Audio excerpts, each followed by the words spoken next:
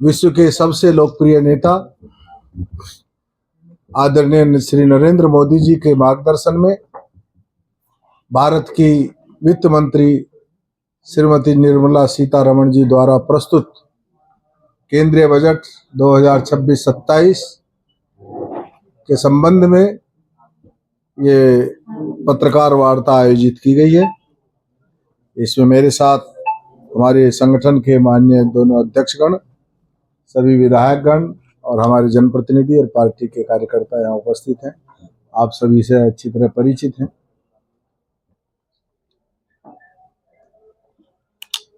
2014 में एनडीए की सरकार बनी माननीय मोदी जी के नेतृत्व में, और जब भारतीय जनता पार्टी के नेतृत्व में सरकार बनी थी, उस वक्त जो देश के हालात थे वह सर्वविदित थे। आर्थिक रूप से भारत विश्व में 11वें पायदान पर था। सामरिक रूप से भी हमारी स्थिति कमजोर थी और छोटे छोटे मुल्क भी हमको आंख दिखा रहे थे। देश के यशस्वी प्रधानमंत्री माननीय नरेंद्र मोदी जी के नेतृत्व में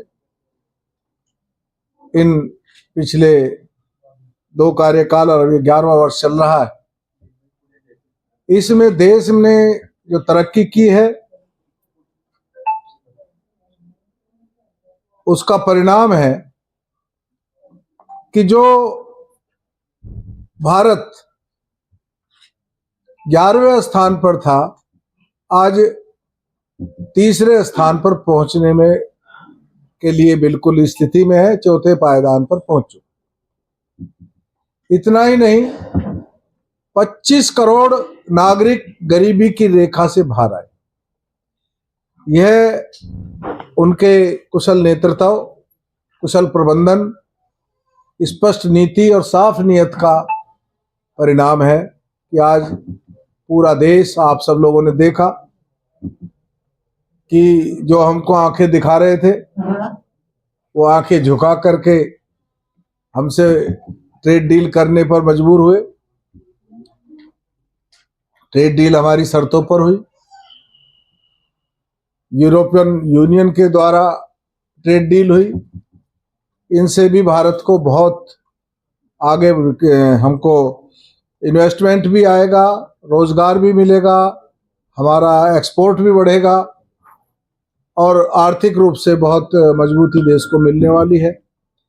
2026-27 का जो हमारा बजट है उसमें रिफॉर्म और रियोट्रोरिक यानी कि मार्गदर्शक सिद्धांत के तहत सरकार ने देश की संभावना को प्रदर्शन में बदलने के लिए 3 पवित्र कर्तव्य तय किए।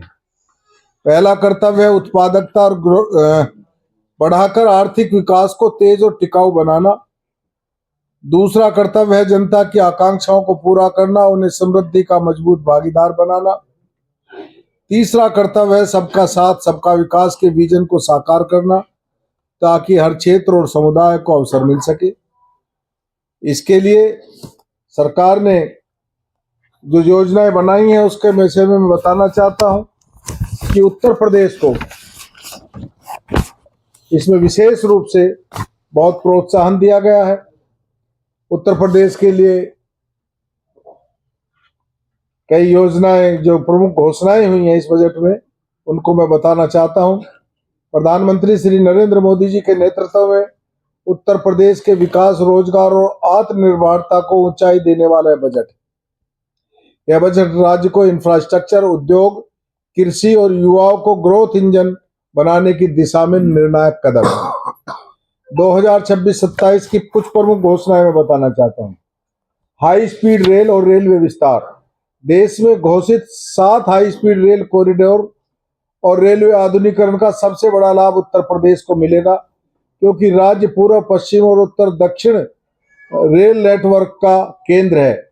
इससे लखनऊ, कानपुर, वाराणसी, प्रयागराज, आगरा जैसे शहरों को कनेक्टिविटी और व्यापार दोनों तेज होंगे। राष्ट्रीय राजमार्ग और एक्सप्रेसवे यूपी को लॉजिस्टिक हब। बजट में राष्ट्रीय राजमार्ग, मल्टी मॉडल लॉजिस्टिक और फ्रेट कॉरिडोर का पर विशेष जोर दिया गया है। इससे पूर्वांचल, बुंदेलखंड, पश्चिम यूपी को जोड़ने वाले कॉरिडोर से उद्योगों की लागत घटेगी और निवेश बढ़ेगा। एमएसएमई ग्रोथ फंड, छोटे और मध्यम उद्योगों के लिए 10,000 करोड़ का एमएसएमई ग्रोथ फंड बनाया गया है। इससे उत्तर प्रदेश के कुटीर उद्योग, हस्तशिल्प, हैंडलूम, चमड़ा और फूड प्रोसेसिंग सेक्टर को मजबूती मिलेगी और स्थानीय स्तर पर रोजगार बढ़ेगा। बायोफार्मा शक्ति योजना, 10,000 करोड़ की बायोफार्मा शक्ति योजना से उत्तर प्रदेश में फार्मा और मेडिकल डिवाइस मैन्युफैक्चरिंग को बढ़ावा मिलेगा, जिससे राज्य हेल्थ केयर और मेडिकल इनोवेशन का बड़ा केंद्र बन सकेगा। पूर्वांचल बुंदेलखंड को विकास की मुख्यधारा में लाने वाला बजट, केंद्रीय बजट 2026-27 में पिछड़े और आकांक्षी जिलों पर विशेष फोकस रखा गया है, जिससे पूर्वांचल और बुंदेलखंड को बुनियादी ढांचा, निवेश और रोजगार के नए अवसर पैदा होंगे। कृषि में एआई तकनीकी, भारत विस्तार एआई प्लेटफॉर्म के माध्यम से किसानों को फसल, मौसम और बाजार की जानकारी मिलेगी, जिससे उत्तर प्रदेश के किसानों की उत्पादकता और आय दोनों बढ़ेगी। नेशनल वाटरवे पर जहाजों के रखरखाव और परिचालन क्षमता को बढ़ाने के लिए वाराणसी में समर्पित inland waterway ship repair ecosystem को स्थापित होगी, जिससे प्रदेश में रोजगार के अवसर पैदा होंगे।